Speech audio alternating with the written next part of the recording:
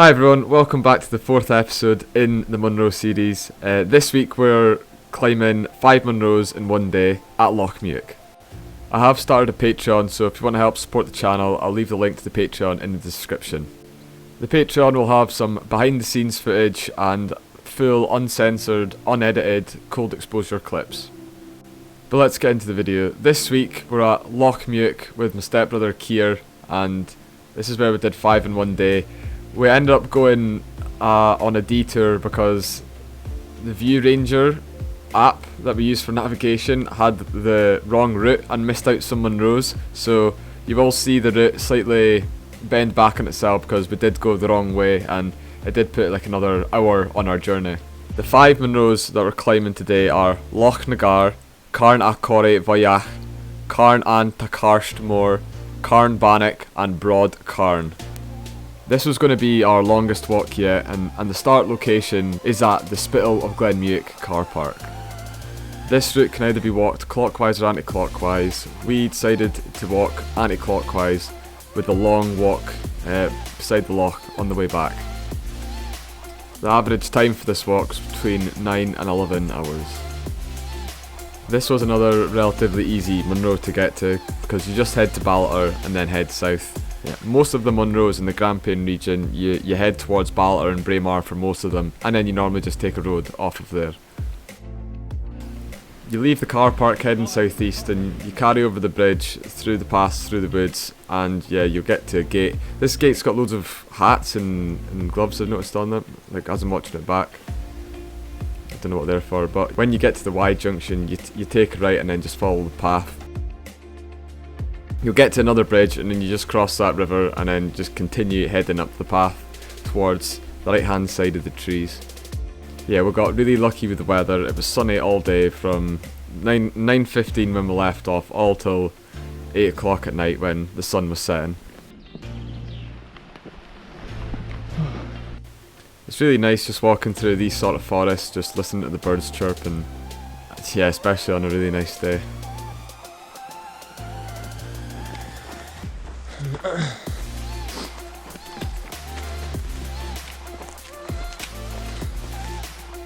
Once you come out the forest, if you just keep following the path, you'll have to cross a little stream and then you just continue the path round. It's really easy just to follow. No. Oh, that would be a small portion in that. No.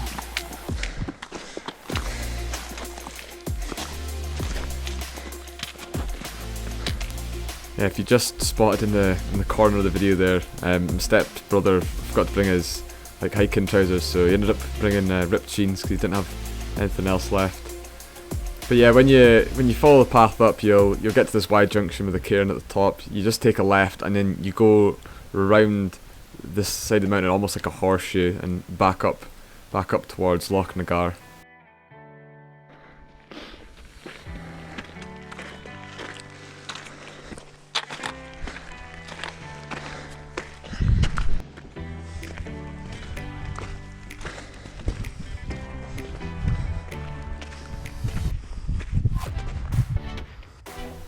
Now the mountain you can see in the distance, that's Lochnagar, so you just have to follow the path up round just along the ridge and you get to the far side. The far right hand side is actually the top of Lochnagar.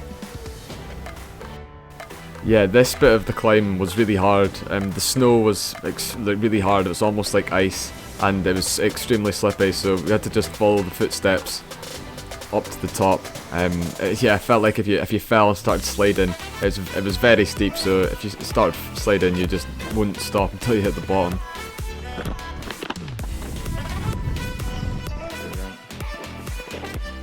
Once you get to the top you'll see this first cairn, but the actual cairn of Lochnagar is the far tip in the distance.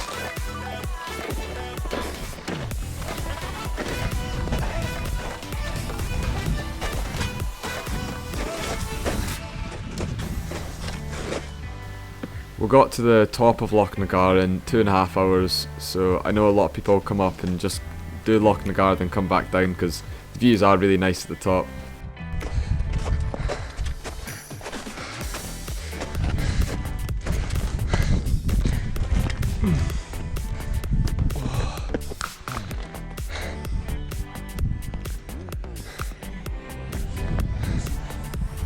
Oh yeah.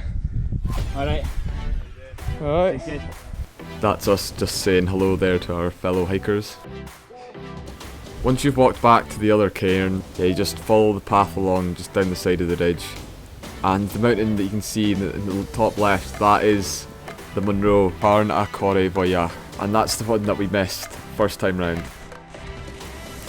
The top that you're seeing us walk to just now is not a Munro, and it's actually a Munro top called Carn and t-sagairt bike, and that's the route the app was showing us to go. So the app was showing us to go right over to Carn and t-sagairt more, and it missed out the second Munro, so we had to go back on ourselves, and we weren't happy.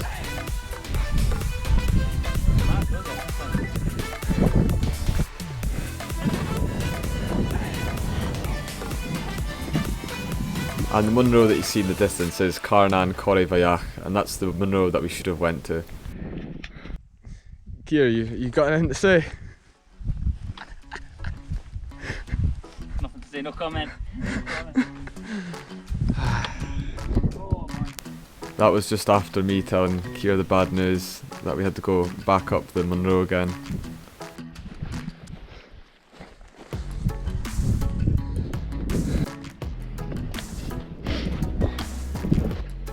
So this is us now at the top of the second Munro, and just about 4 hours 20 minutes. So it would have been a lot shorter if we didn't do that massive detour to that Munro top. Me and Kier decided to make the decision to go straight up to the third Munro. Most of the routes that we were looking at did have it going over the Munro top and then over to that Munro, but we decided to go straight up the steep bit, so it'd be much quicker.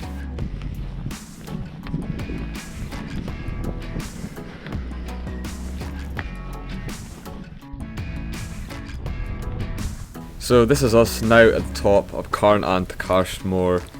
We sat, every time we got to the top of Munro, we sat and had food for roughly 5-10 minutes on each of them.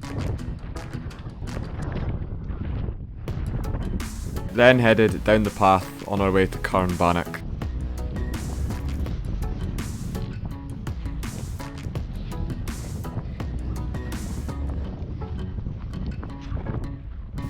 Once you'd reached the top of the third Munro, the rest of the walk is pretty easy. It's maybe a slight incline in some parts, but most of it is flat or on a decline. And you can just see Carn bannoch in the distance now.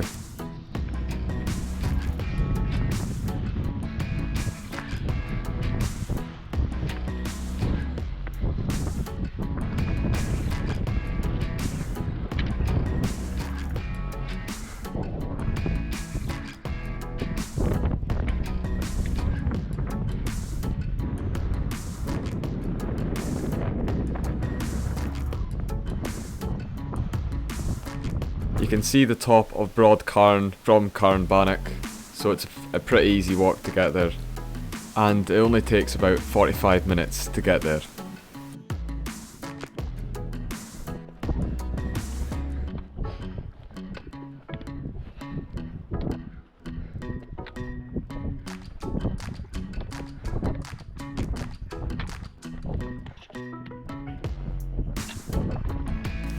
So that's us at the top of the fifth Munro, and it took us 6 hours and 40 minutes.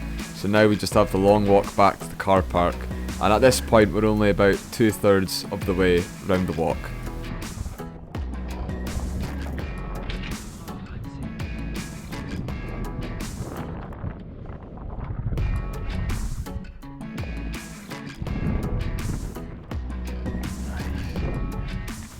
And that's me obviously just appreciating the view.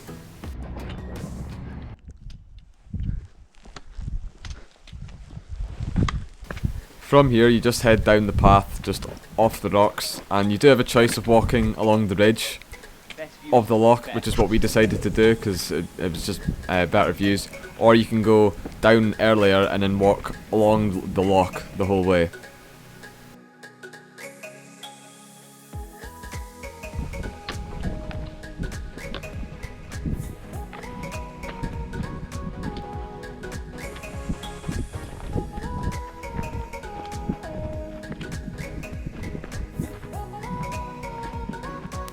Yeah, I honestly really encourage people just to get out and just get walking up some of these Munros. Like it's just so nice, it's so peaceful.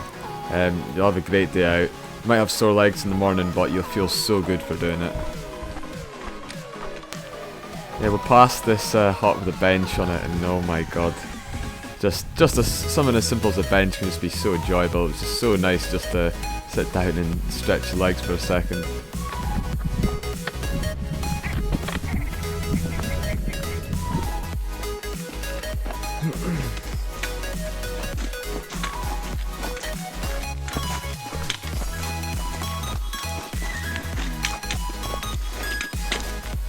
As you can see from the map, we're roughly 3/4 of the way done now, so we've just had this long stretch, long walk back, just at dusk.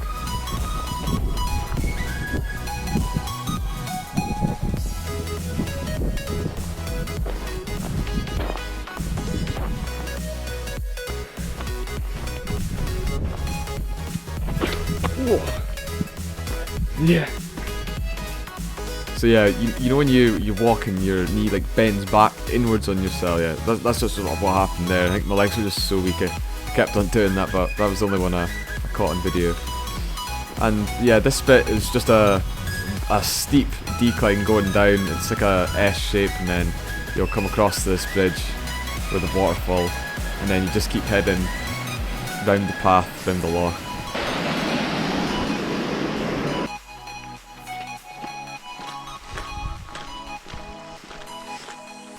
Yeah, this was just such a beautiful time of the day. It was, yeah, the light was just so soft and everything just looked so nice. There we go. The whole, yeah, just the way the sun's shining on the loch and even the hills when you see them, it just all looked beautiful.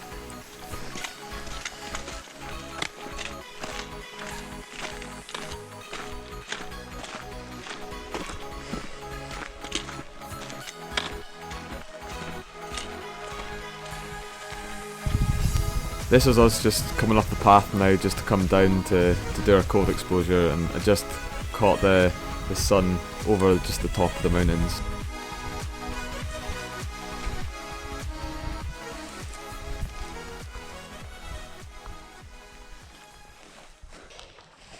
Ready? Yeah, mate. I'll put on something to go through, obviously. Let's do it. What's this? Oh. Yeah, it's cold. Cold, Watch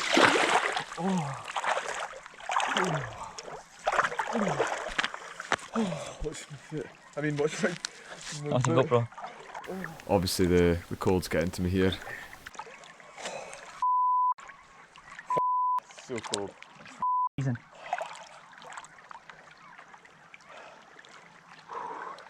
Oh, good. Pathetic, man. I'll cut this out, yeah? Oh my god, mate. Oh, sorry. Oh. Okay.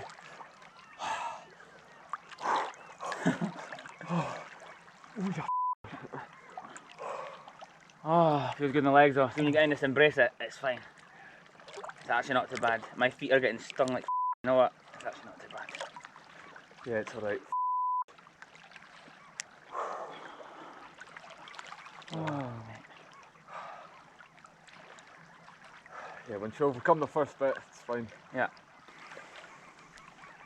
The box 4, 4, 4, 4. In hold.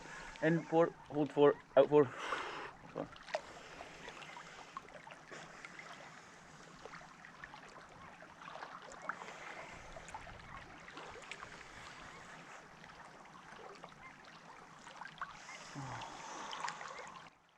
Once we'd settled down, it was honestly just so peaceful, just sitting in the water, just listening to the water break on the sides.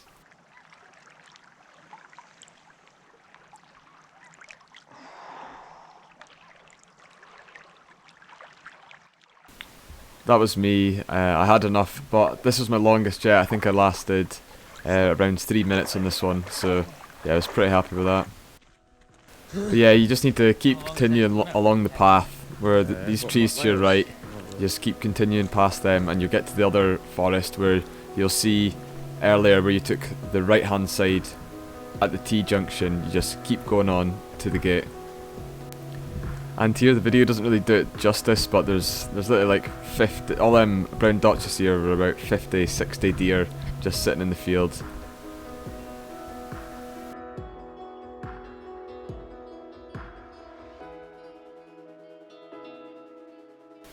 Yeah, you keep following past the house just to the gate that you came to earlier, and just keep continuing on.